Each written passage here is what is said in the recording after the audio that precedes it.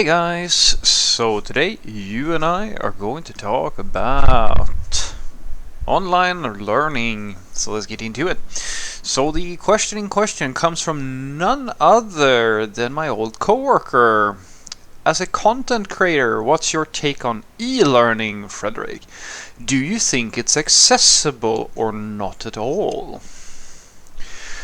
Well, I'm just gonna guess here that when we say accessible, because we're web developers, it could mean that it's accessible for people with disabilities. But I'm just gonna guess that you talk about like in terms of teaching people how to code or how to, well, basically learn any topic. Is it a feasible way of doing it? I would say yes. The reason why I say yes, and specifically now we're talking about software development, is because the materials that you're being taught,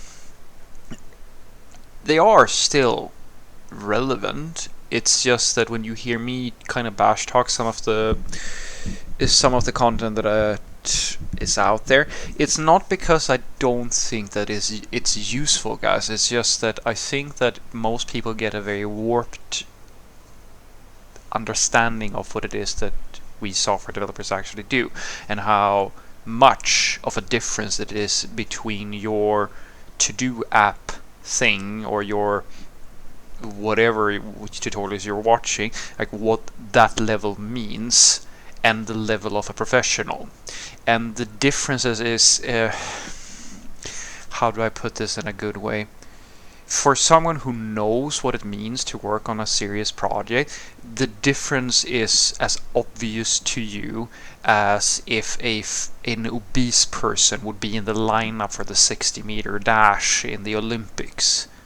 It stands out. You can see that this is not someone who is at the level that they need to be in order to do the thing they're supposed to do. And here's the kicker about that. That doesn't mean that that content isn't useful. It's just that almost all of it is at a beginner level. That is the only thing that I feel is bad about online learning at this point. But in a sense, it's actually the same thing for like the universities. So what I wrote back to my dear trusted friend was that I feel that every teacher is trying to the best of their abilities to teach in a format that makes sense to them. See, this is the problem. When you ask about accessibility or how comprehensible content is, it really comes down to a skill. That's at then it's like asking, do you think that there are skilled teachers? Because teaching is a skill, and creating good content that is comprehensible to people is a skill. Just as anything, it's the same thing as being a good software developer. It's something that you can practice. It's some people have it inherently, and some people have to learn it the hard way. And every teacher, no matter who they are, is trying to communicate in a way that makes sense to them what they know. That is what they're all trying to do, and that's why I argue to most junior developers that the best thing for you is to not just have one teacher. You have to have multiple. Just because one teacher can teach you a topic doesn't mean that there is no one who can teach you that topic. It's actually, I would say, the biggest systematic injustice in the world is the fact that two children born in the same household can go to two different schools and have two different teachers, and one can go off and become the next mogul of the corporate world, and the other one can become homeless. Well, I'm not going to go that far, but I hope you understand what I'm saying. Depending on the teacher that you get during your upbringing, you will actually have different positions, because teachers are so gosh darn important, and the quality of a teacher can vary very much, even in the same school, and it has a major impact. But at the end of the day, if they're like, especially on the online stuff, is the people who are selling stuff, I mean, they're trying to sell you a product, and they're gonna try to make it a quality thing. When you go to public schools, it's a bit of a different thing, right? But if there was honestly if there was one thing I could change, it would be to do the one thing that I truly believe that all teaching has to be rooted in, and that is the thing that I think that is wrong with math. I think that there are so many topics that are being taught today that misses the point of a solid education. A solid education, in my opinion, is about empowering people to enhance their lives in some practical way. That is what a good education is about. If you teach, as an example, math from the perspective of just pure theory, you will have a fraction of the people of the world get that topic, be interested in that topic, or have any use for that topic. It's the same thing with software development. If you want to scare people away from programming, just force them to read and not actually apply the thing that they're doing. And that is the thing that I wish we would have. I think that all learning has to be rooted in reality.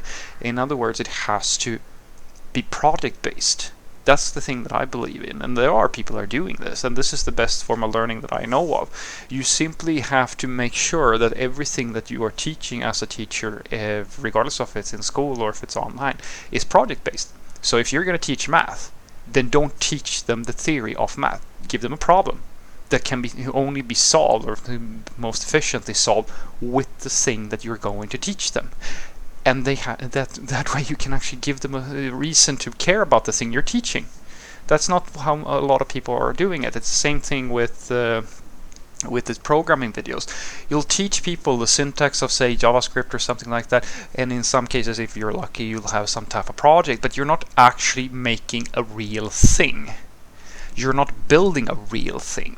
And that's what I wish we were doing instead, because that's the thing that it's at the very least, that is what I try to do on my channel. When I show you something, I don't think I have a single video that you can't take out into the open, into the wild, or show off to your coworkers. So you can criticize the quality of the code if you want to, but it is real software. It is the stuff that you actually will see in the wild. And if it's not, I will try to be damn sure about making you aware of that this is not a real thing, or it's not something, or give you some type of disclaimer. That's the thing I wish. That's the thing I wish, that because if I think that by approaching things from that angle, you will make the most accessible content there is by default, at least to the extent of your abilities as a teacher. But I don't think that there is anything that is more comprehensible and accessible for people in general than seeing someone do the thing you want to learn how to do. That is, in my opinion, the thing that needs to happen in order for something to be accessible.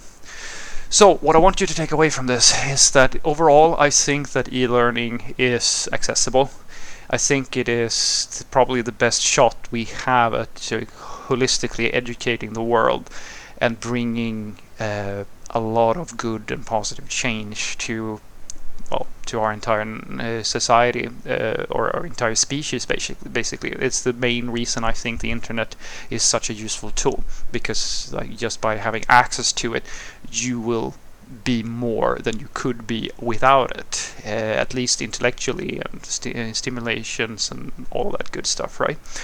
And as for the teachers who are teaching programming and all these other topics, I think that there are a lot of teachers, and just as with everything, it's a skill. Some teachers are good, some teachers are bad, and for you as a student, you have to realize that and be discerning, or try to be critical of the people that you listen to. Don't fall in love with the teacher and their style of teaching. Try to see things from different perspectives, because the patterns in the way people do things is going to help you a lot more than just following the doctrine of one single IT guru. And then lastly, I think that if there was one single thing we could change, could change about any type of learning, it would be that it has to follow the one rule, and that is that it has to be rooted in real world application development or real world problems. Because I believe fully and completely that if you're going to get someone interested in something, they have to see the value in the thing that you're teaching them. If you teach them something without giving them a good value proposition, it's going to go in through one ear and go out the other ear, unless they're already really interested in the topic. Humans, in my experience, are usually very, very practical beings, and they are emotional as well, of course, but primarily they're always in one specific mindset. What's in it for me? How do I benefit from this? If you can't answer that question, it's very unlikely that they're going to show you any interest. Have a great day.